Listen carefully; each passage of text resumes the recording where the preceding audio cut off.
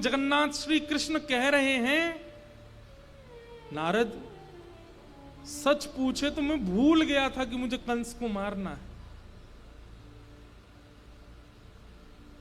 इन ब्रजवासियों के प्रेम में, इन ब्रजवासियों के स्नेह में मैं इतना व्यस्त हो गया हूं कि मुझे और कुछ विचार करने की इच्छा नहीं होती।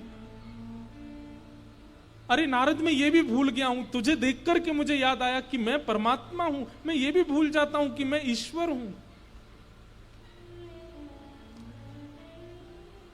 प्रेम का आवरण बहुत विशाल है नारद। उसके आगे मैं जो वेदों में वर्णन करवाता हूं कि मोह और इन सब के बंधनों से मुक्त होने का क्या क्या उपाय होता है, मैं स्वयं को इन ब्रजवासियों के प्रेम में स्वयं को बंधा हुआ अनुभव करता हूं। कंस को मारना है ये मुझे याद नहीं था। नारद जी खड़े हो गए, बोले आप ये भूल गए कि कंस को मारना है? अगर आप भूल गए हैं तो मुझे बहुत कुछ याद दिलाना पड़ेगा। कंस को मारना है, जरासंध का वध करना है, काल यवन का वध करना है, जरासंध 16 बार चढ़ाई करेगा, उसकी समस्त सेना को नष्ट करना है, क्योंकि उसकी सेना में ही पृथ्वी पर भार बने हुए सारे राक्षस रहते हैं। द्वारिका की स्थापना करनी है, परांबा जगदंबा लक्ष्मी रुक्मणी रूप में आएंगी, उनसे विवाह करना है। महाभारत का युद्ध करा करके अर्जुन को गीता का ज्ञान उपदेश दे करके पूरे विश्व को ज्ञान से अवगत कराना है।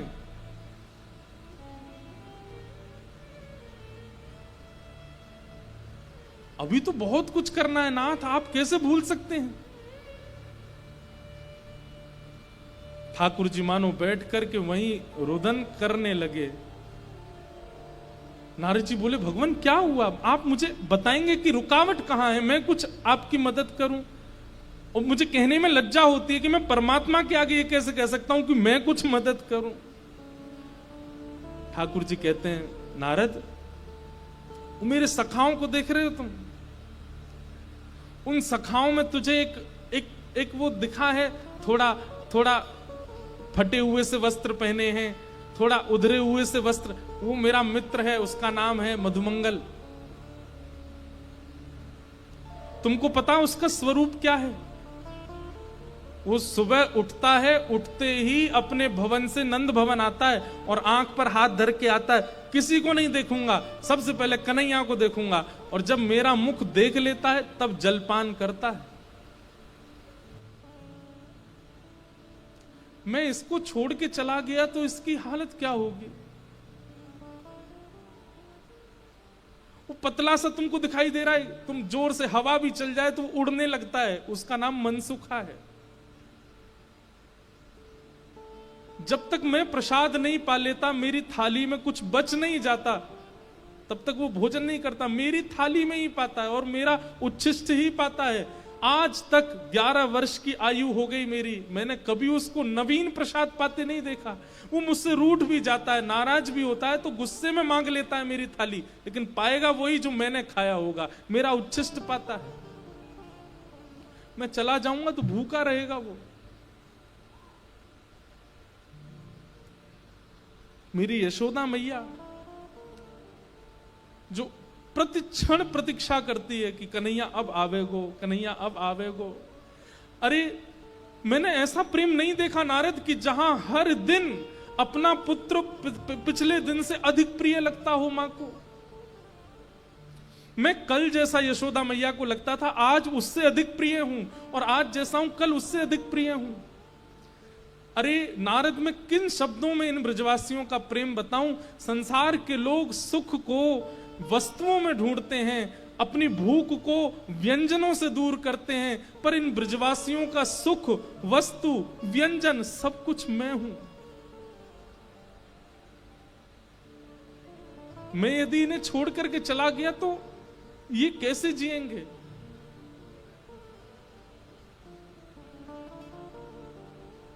हमारे रसिकजन वर्णन करते हैं कि नारद जी का हाथ पकड़ लिया ठाकुर जी ने, और ठाकुर जी नारद जी के आंखों में देखते हुए कहते हैं, नारद मेरा एक काम कर देगा? नारद बोले, क्या? तू शंकर जी के पास जा, तू ब्रह्मा जी के पास जा और उनसे जाकर के कह दे कि वे ऐसा तप करें कि उनके तप से एक और नारायण प्रकट हो जाए और वो सृष्टि का संचार करे। मैं वृंदावन छोड़ के ना जाऊं, किसी और पर ब्रह्म को ढूंढ लो।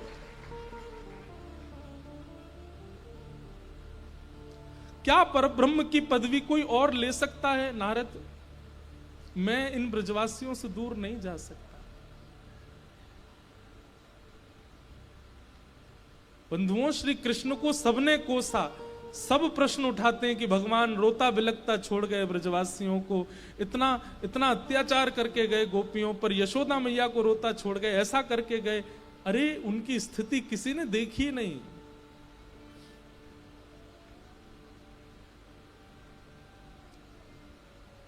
नारद जी चिंतित हो गए, प्रभु आप क्या बोल रहे हैं? परमात्मा कोई जन्म लेता है? परमात्मा कोई तत्व है जो दोबारा कहीं और से आ जाएगा? परमात्मा सदा एक ही रहता है। ये बात मुझे आपको बतानी पड़ रही है, इससे मुझे लज्जा हो रही है। आप वह परम तत्व हैं जो प्रथम है, जो आदि है, जिसका कभी जन्म नहीं होता है, जिसका कभी मरण नहीं होता है, जो कभी प्रकट नहीं होता, जो कभी अप्रकट अदृश्य नहीं होता, जिसकी भ्रकुटी पर पूरी सृष्टि चलती है, जिससे ब्रह्मा प्रकट होते हैं, जिससे शिव प्रकट होते हैं, जिससे ये तीनों लोग प्रकट होते हैं, वो हैं आप। आप कैसी बात कर रहे हैं मुझसे? ठाकुर जी मानो अपने कान बंद करते, मुझे मत सुनाओ ये सब। ब्रजवासियों का प्रेम कितना रहा होगा बंधुओं कि यहां व्यक्ति 1-2 करोड़ रुपए कमा लेता है तो अपने सगे संबंधियों को अपने पास बैठाना मंजूर नहीं करता। ठाकुर जी जो त्रिलोकीनाथ हैं, वो सामान्य से ब्रजवासियों के प्रेम में ये भूलने को तैयार बैठे कि मैं परमात्मा हूं।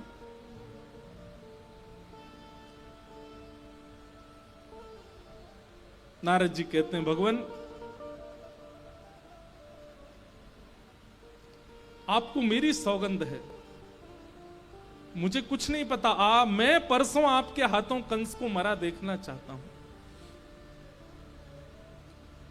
और ये पूरी लीलाओं का विस्तार आपको करते हुए पुनः वैकुंठ आना है। और ऐसा कहकर के नारद जी वहां से अंतर ध्यान हो गए।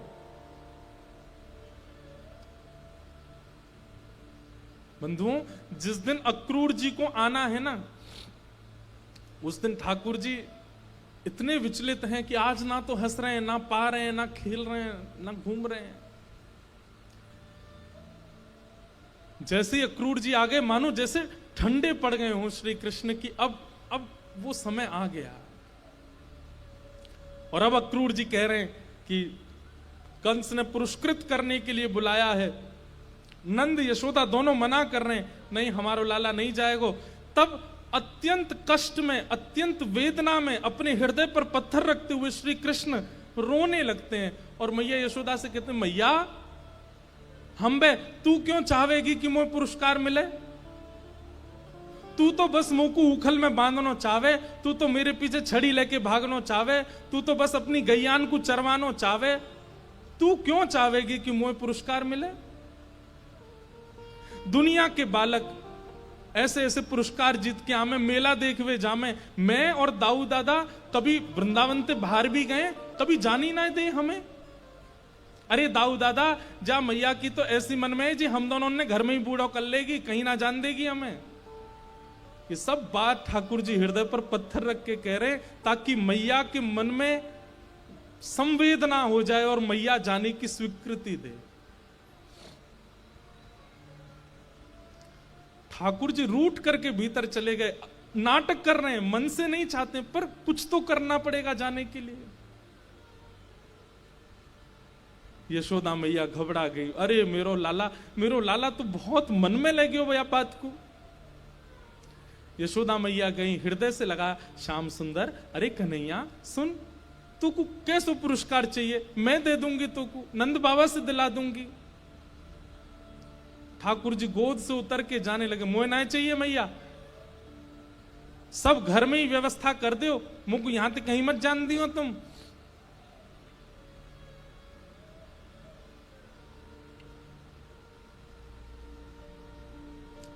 यशोदा मैया ने खूब समझाया, पर ठाकुर जी रो रहे हैं। तो यशोदा मैया अंत में एक बात पूछती हैं बस, अच्छा लाला मुझे एक बात बता दे। बोले कहा, तू मथुरा जाएगो पुरस्कार लेवे तो को एक रात वहीं रहनो पड़ेगो। अक्रूर जी बता रहे, और मुझे तो पता है तू मेरे बिना एक मिनट ना रह सके, तू तो रात में सो ही ना पावेगो, तो मेरी गोद में सोना होवे, तू तो मुझे पकड़ के सोवे। अब रात में तू वहां कैसे सोएगो, मैं तो जाऊंगी ना संग में, फिर क्या होएगो। यशोदा मैया को लगा है कि कन्हैया ये बात सुनकर के मना कर देगा कि ना मैया तेरे बिना तो मैं रह ना सकूं। ठाकुर जी रह नहीं सकते हैं, लेकिन बोल पड़ते हैं, मैया मैं तू कुछ सौगंध खा के कह रहा हूं, मैं तेरे बिना रह के दिखाऊंगा, तू मुझे बेच तो सही। ये बात सुनकर के यशोदा मैया को प्रिय नहीं लगा। तू रह लेगो लाला? हाँ मैया रह लूंगा, तू भेज तो। इसके बाद मैया कुछ नहीं बोली।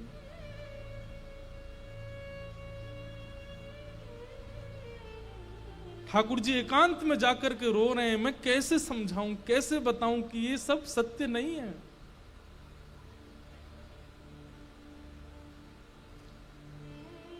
रात्रि का समय हो गया, पूरे ब्रज में हवा की तरह बात फैल गई। आज ब्रजमंडल में आनंद नहीं है।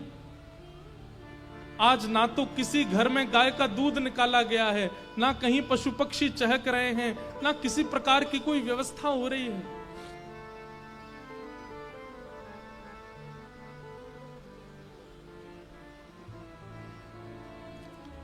प्रसाद पाकर के सोने की व्यवस्था, सुबह लाला मथुरा जाएगो, मैया ने सब व्यवस्था, वस्त्र रख दिए ठाकुर जी के, लाला जे पहन लियो कल, और पुरस्कार लेके तुरंत आ जाइयो वृंदावन। हाँ मैया मैं परसों आ जाऊंगा।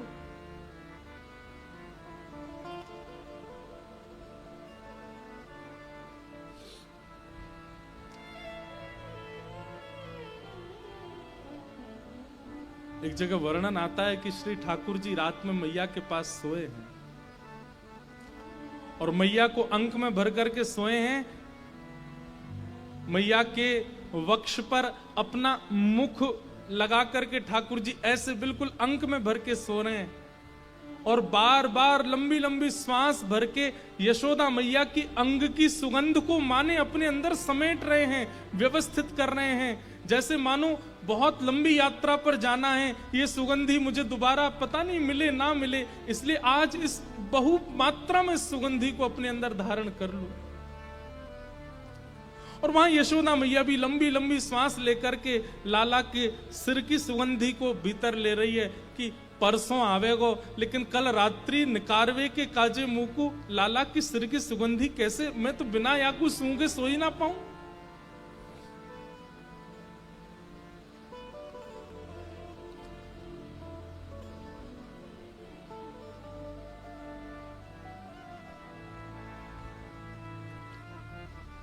प्रातः काल का समय हो रहा है, और श्री यशोदा मैया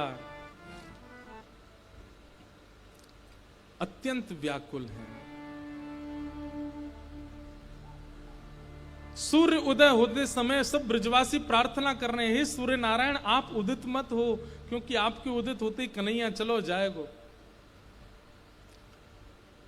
सूर्य उदय जैसे ही हुए, सब ब्रजवासियों के रो नहीं रहे हैं, बस सिसकारियां चल रही हैं कि अब हम कैसे जिएंगे।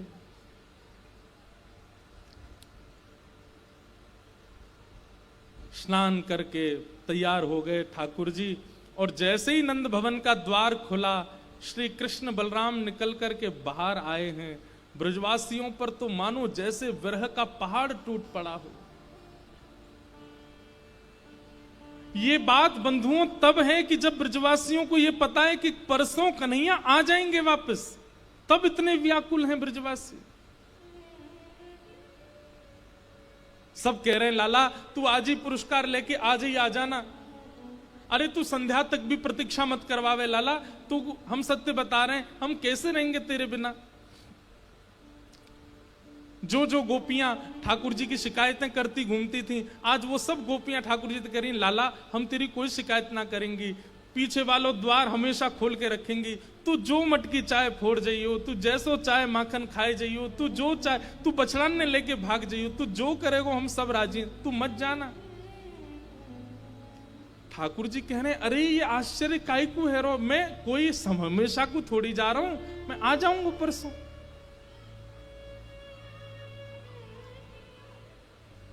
कई लोग इसमें प्रश्न कर बैठते हैं कि ठाकुर जी झूठ क्यों बोल रहे हैं।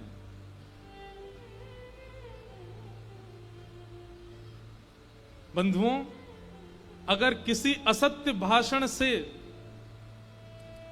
अपने प्रियजनों के प्राण बच रहे हों तो वहां असत्य बोलना दोष नहीं होता। ठाकुर जी सत्य बोल देंगे ना तो ये ब्रजवासियों के प्राण चले जाएंगे, कोई जीवित नहीं बचेगा इनमें से। कई बार उम्मीद देना इसलिए आवश्यक होता है कि हमारे प्रिय के प्राण उस उम्मीद पर टिके रहें।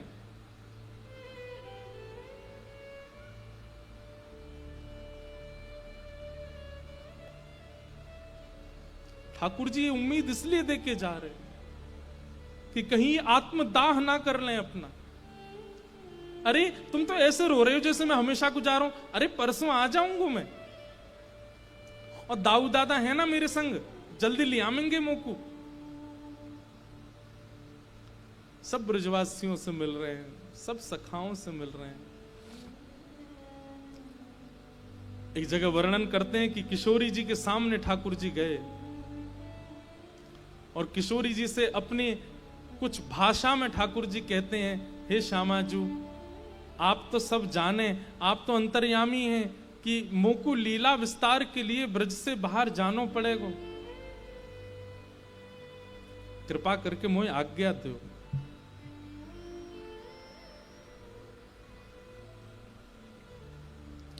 किशोरी जी कहती हैं, इसका उत्तर मुझे क्या देना चाहिए, आप ही बता के जाओ।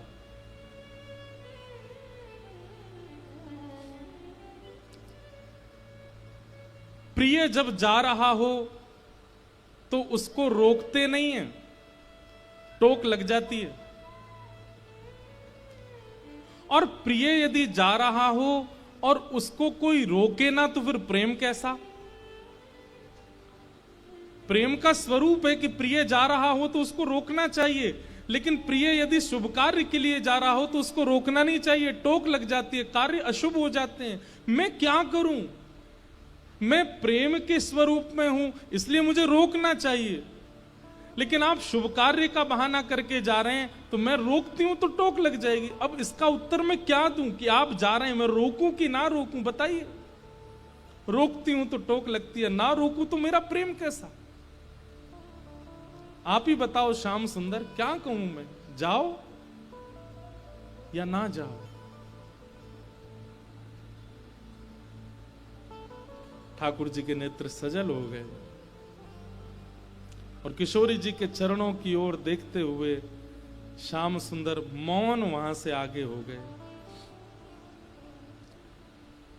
रथ पर आरूढ़ हो गए। जैसे ही रथ पर आरूढ़ हुए सब ब्रजवासी मानो रथ को पकड़ रहे हैं, कोई कह रहा है इसका चक्का टूट जाए या कि घोड़ा बीमार पड़ जाए। अरे रथ चालक, ये अक्रूर नाम कौन ने धर दिया? या को ये तो महाक्रूर है, ठाकुर जी को लेके जा रहा हूं हमसे दूर। ब्रजवासियों की इस अवस्था को देखकर के श्री अक्रूर जी महाराज सोचने लगे, ये सामान्य बात नहीं है, ये सामान्य स्थिति नहीं है। और श्री अक्रूर जी महाराज तुरंत रथ से उतर करके दौड़ करके गए और यशोदा मैया को कक्ष में ले जाकर के बोले, मां आप कहीं ज्यादा उम्मीदों में ना रहने लगो, इसलिए मुझे आपको सत्य बताना पड़ेगा, 2 मिनट मेरी बात बहुत ध्यान से सुनिएगा। यशोदा मैया बोली, अरे मेरो लाला जा रहा हूं मिलन, तो बोले मेरी बात सुनिए एक बार। और सब बाहर व्यस्त थे। अक्रूर जी महाराज यशोदा मैया को भीतर कक्ष में ले जाकर के बताते हैं, मैया आज से 11 वर्ष 56 दिन पहले भादों की रात्रि अष्टमी को आपके यहां कृष्ण का जन्म नहीं हुआ था, आपके यहां एक लाली ने जन्म लिया था। ये श्री कृष्ण आपके पुत्र नहीं है, ये श्री कृष्ण देवकी के पुत्र हैं, ये वसुदेव के पुत्र हैं। कंस ने अष्टम गर्भ को नष्ट करने का संकल्प लिया था, इसलिए कंस से अपने बालक की सुरक्षा करने के लिए वसुदेव जी अर्धरात्रि में पता नहीं कैसे कारागृह खुल गए, दरबान सो गए, वो उस बालक को लेकर के गोकुल आए और आपके बगल में नवजात बालिका की जगह इनको सुला करके उस बालिका को ले जाकर के कंस को दिया है। और ये बात मैं इसलिए बता रहा हूं क्योंकि 11 वर्ष 56 दिन आपने पालन किया जिस लाल का, उसकी जन्मदात्री मां आज भी कारागृह में प्रतीक्षा कर रही है। और अब कृष्ण के जाने पर अगर कृष्ण लौट करके आए वापस तो वो मां जीवित नहीं रहेगी, वो बहुत प्रतीक्षा कर रही है। मैं रोज मिलता हूं देवकी से। आपने तो पालन किया है कृष्ण का, उन्होंने तो जन्म दिया है, इसलिए मां अगर कृष्ण लौट करके ना आवे तो आप परेशान मत होइएगा, क्योंकि वो अपनी वास्तविक मां के पास जा रहे हैं।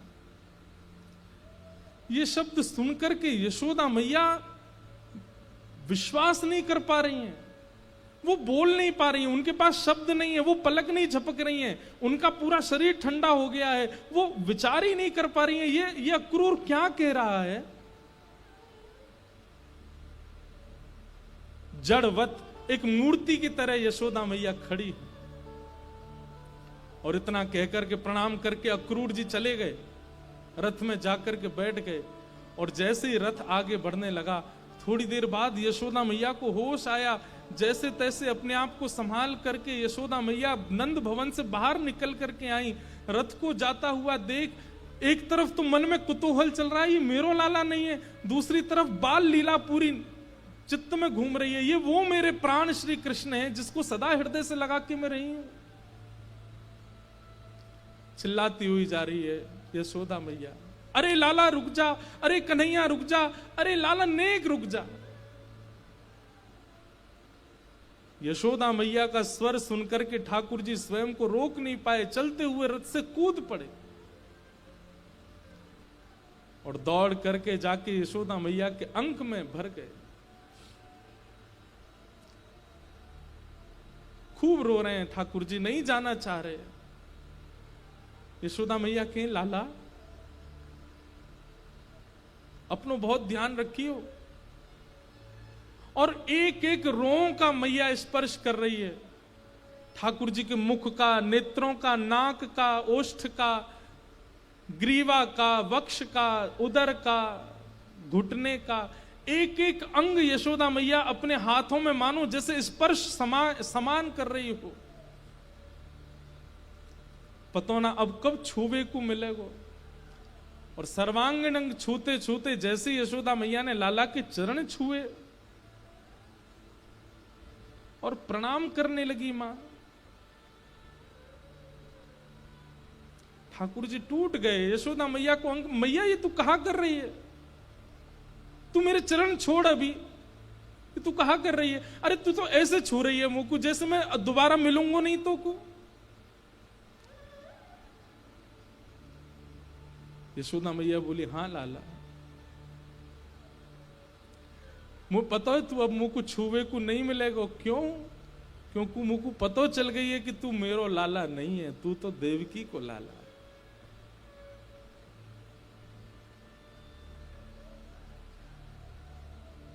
भादों की अष्टमी की रात्रि को कहा भयो मुझको अक्रूर जी ने सब बताए दिए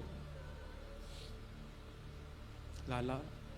और मुझको ये भी पता चली कि तोए पतो है ये बात कि तू देवकी को लाला, लेकिन तैने भी बड़ो अच्छो नाटक कियो मेरो पुत्र बन के रहवे को। तो को तो पहले ही पता चल गई कि तू देवकी को पुत्र है। और मुझको ये भी पता चली कि तो आज भी पता है कि तू देवकी के पास जाके वापस नहीं आएगा, लेकिन फिर भी कैसो नाटक करके जा रहा हो कि मैं परसों आ जाऊंगा। तेरो दोष ना है लाला, शायद हम ब्रजवासीन के प्रेम में ही कोई कसर रह गई होगी जो शायद हमें ये सब अनुभव करना पड़ो। लेकिन तू चिंता मत करे, तू रुकियो मत, बिल्कुल तू जा मैया के पास, अपनी वास्तविक मां के पास जा। पर लाला एक वचन दे के जा।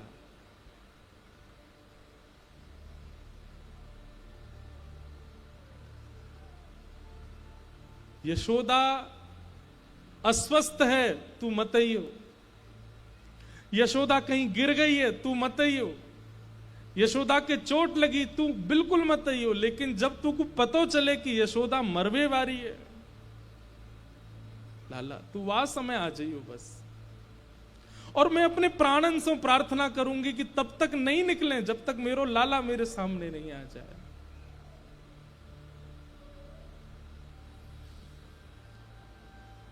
तेरे कोमल हाथन में सिर रख के अपनो तब प्राण त्यागूंगी कन्हैया। खूब सेवा करियो देवकी की, खूब प्रेम करियो। वाने भी बहुत तपस्या करी जो तो मेरे पास भेज दियो। लेकिन लाला बस एक अधिकार मुंह को दियो कि मैं तेरे दर्शन करते हुए प्राण त्यागूं अपने। ठाकुर जी मानो उस समय ऐसी स्थिति में आ गए कि इसी समय प्रलय हो जाए, पूरी धरती भूचाल हो जाए, धरती कंपायमान होने लगी है उस समय ठाकुर जी के रूप को देख करके। लेकिन तुरंत भगवान ने अपने आप को समाहित किया, यशोदा मैया को हृदय से लगाया। वो बोले मैया, बोले अब कछु मत बोल लाला, तू जा, अब तो कछु नहीं सुननो, क्योंकि अब तू जो बोलेगो सब असत्य बोलेगो, या हमारे तू चलो जा, मैं कोई को नहीं बताऊंगी ये बात, तू जा। और यशोदा मैया उस अवस्था में आ गई कि ठाकुर जी सब ग्वाल बालों और गोपियों के मध्य यशोदा मैया को विराजमान करके दौड़ करके गए, रथ में जाकर के बैठ गए और कहा सारथी इतनी द्रुत गति से रथ को चलाओ कि हमें मथुरा पहुंचने में ज्यादा समय ना लगे, क्योंकि जितना समय ये ब्रज की सीमा पार करने में लगाएगा रथ, मैं उतना व्याकुल रहूंगा।